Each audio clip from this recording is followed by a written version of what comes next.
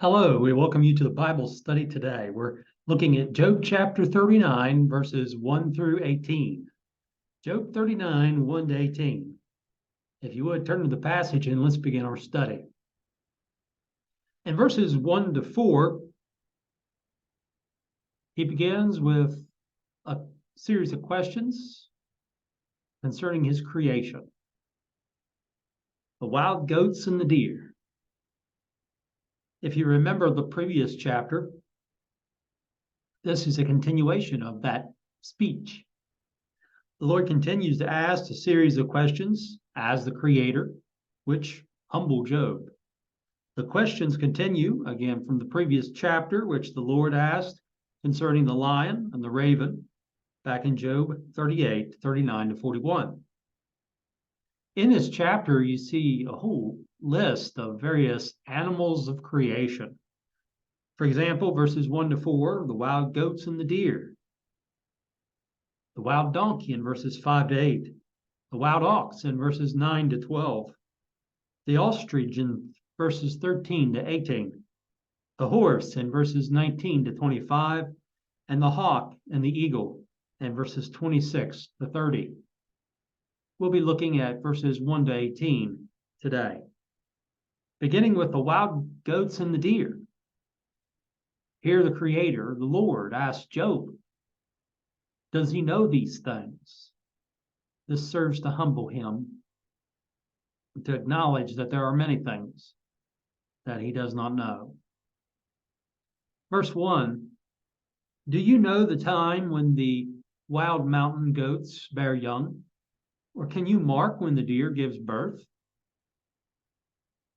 Job did not know the time when the wild mountain goats gave birth. These goats literally were the wild goats of the rock. The term for mountain is later translated as rock in verse 28. What kind of goats were these mountain goats? Some have said perhaps the ibex. Psalm 104 and verse 18, the psalmist says, the high hills are for the wild goats. The cliffs are a refuge for the rock badgers. The Lord also observes when the deer gives birth. However, the goats and the deer in the wild give birth apart from the observation of Job. Verse 2. Can you number the months that they fulfill? Or do you know the time when they bear young? Job did not know how many months that they fulfilled, the wild mountain goats and the deer.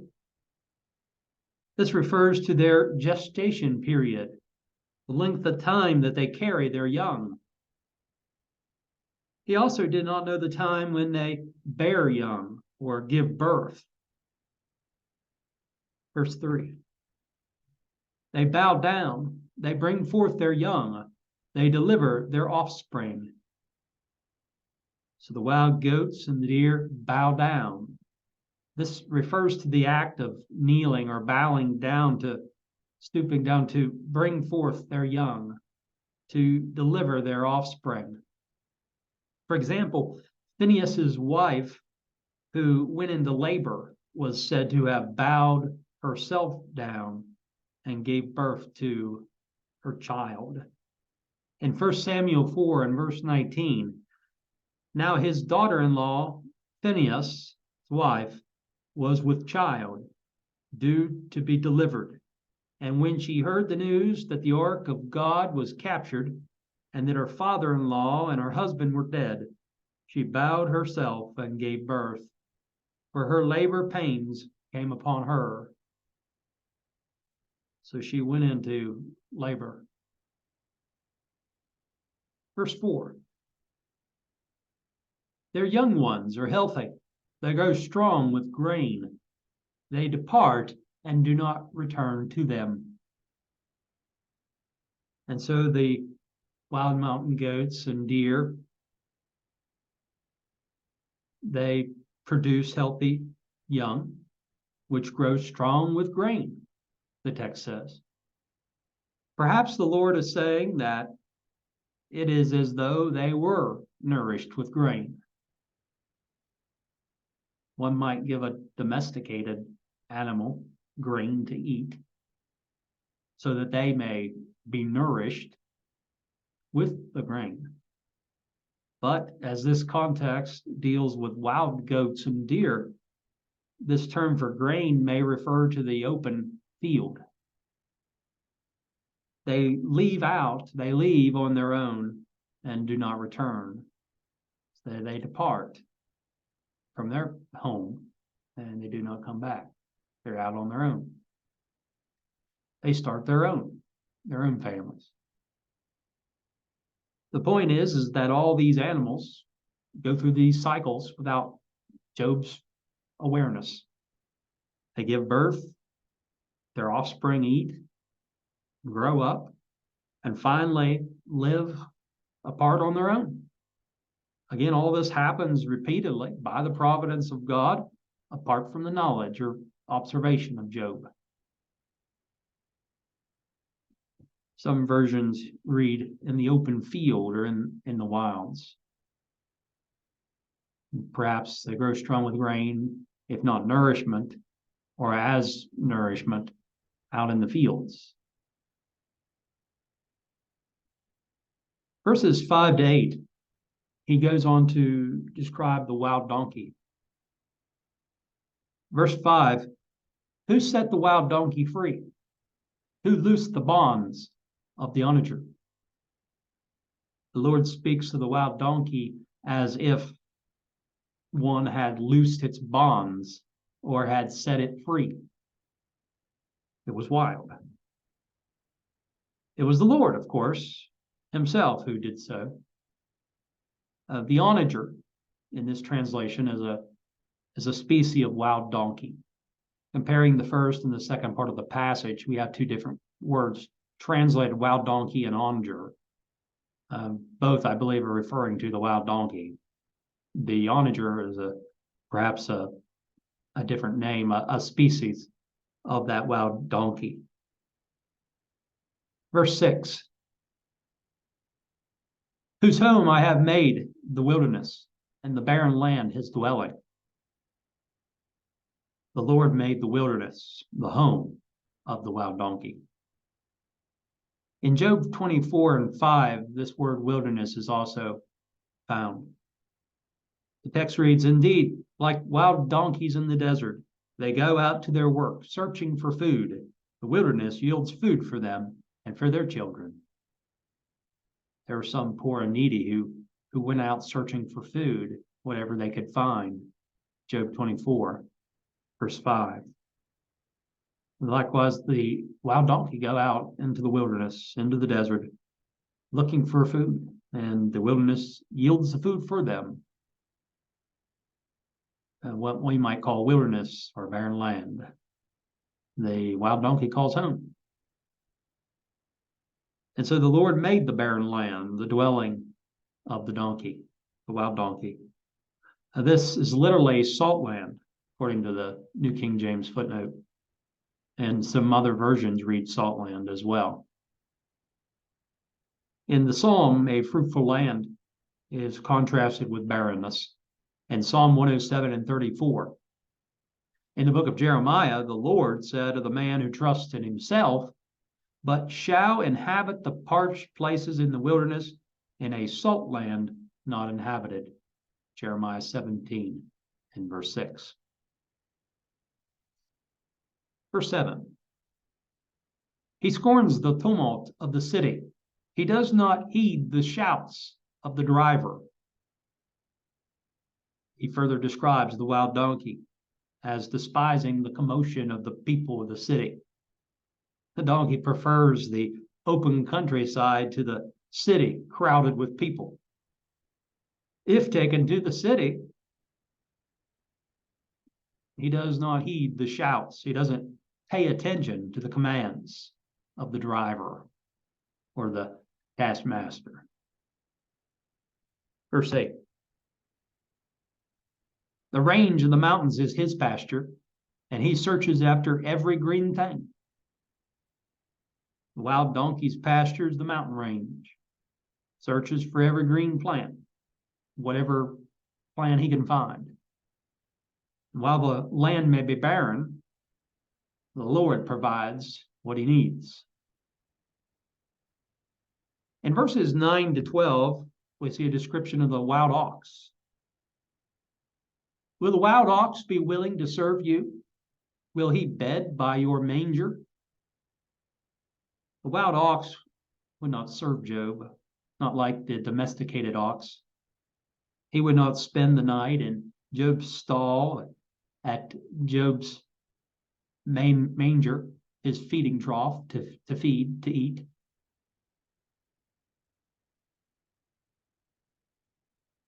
Here we see the wild ox in the scriptures, a figure of strength. For example, in Numbers 23 and 22, and Numbers 24 and 8, God is said to have great strength and is compared to the wild ox in his strength. God, he has strength like a wild ox. The creature in the Bible is said to have horns. Deuteronomy 33:17, his horns like the horns of the wild ox. Verse 10. Can you bind the wild ox in the furrow with ropes, or will he plow the valleys behind you? You cannot bind the wild ox in the furrow with ropes. Earlier, Job spoke of his land and its furrows in Job 31:38. These furrows are the trenches made by the plows. You cannot hitch him to the plow in the furrow to cultivate the land. And so here you have this ox, perhaps an extinct species, as a symbol of strength. And verse 11, will you trust him because his strength is great, or will you leave your labor to him? Job could not trust the wild ox with its great strength to work for him. He could not leave his labor to the work of the wild ox. Verse 12, will you trust him to bring home your grain and gather it to your threshing floor?